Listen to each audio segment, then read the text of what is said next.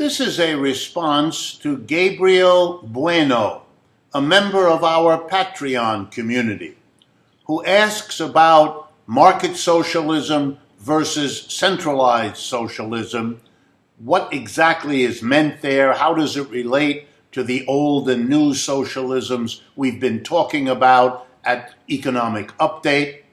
And wouldn't a market socialism be subject to the same sorts of abuses, monopoly, etc., that capitalism is subject to? So let me respond step by step.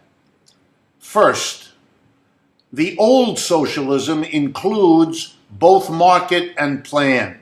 It's not the new socialism. Let me explain.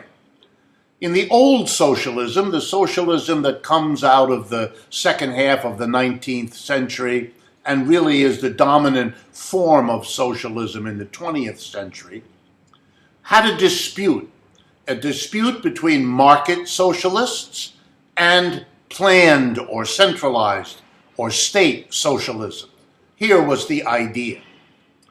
One side, the state socialism, if you like, or the planned socialism, believed that the distribution of resources among enterprises and the distribution of the products, goods and services coming out of enterprises, ought to be accomplished by a conscious, deliberate plan, hopefully democratically arrived at, that would decide how the society wanted to use the resources it had and how it wanted to use and distribute the products that emerged from the production process. The idea was socialism was planning.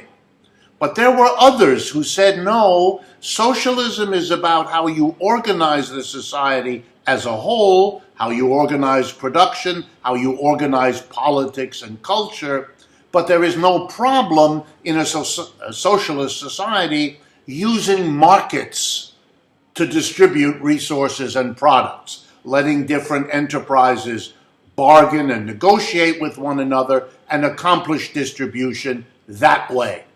The latter group was called market socialists, and the other one was called planned socialists. They both agreed that the government, for example, should provide basic services to everybody: education, housing, medical care, transportation, and so on, that it should guarantee everybody a job, so forth. But the distribution arrangement was disagreed on.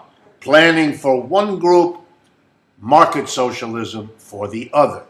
When I talk about old and new socialism, I mean something new that is different from both the market and the planning.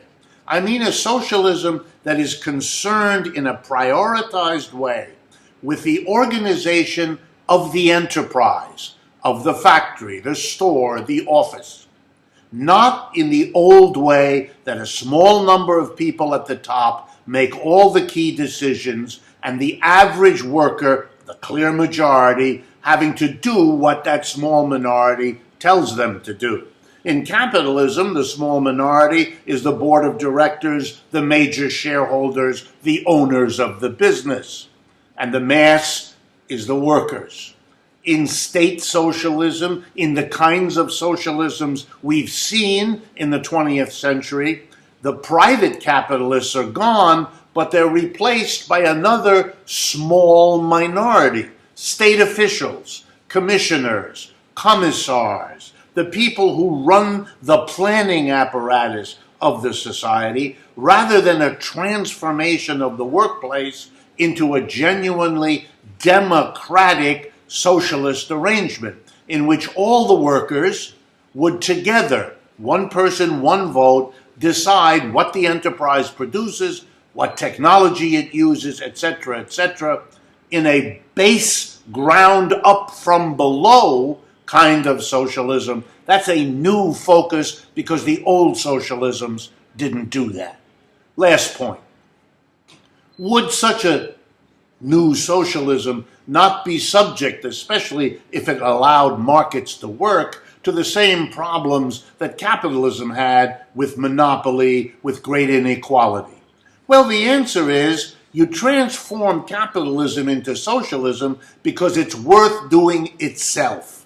It's worth democratizing the enterprise, which is the key part of this, bringing democracy finally to the workplace where people spend most of their adult lives. This is a value in itself. But it still leaves open, if you allow the different cooperatives, especially in a market arrangement, to do better or worse. What do you do if some become rich and others become poor?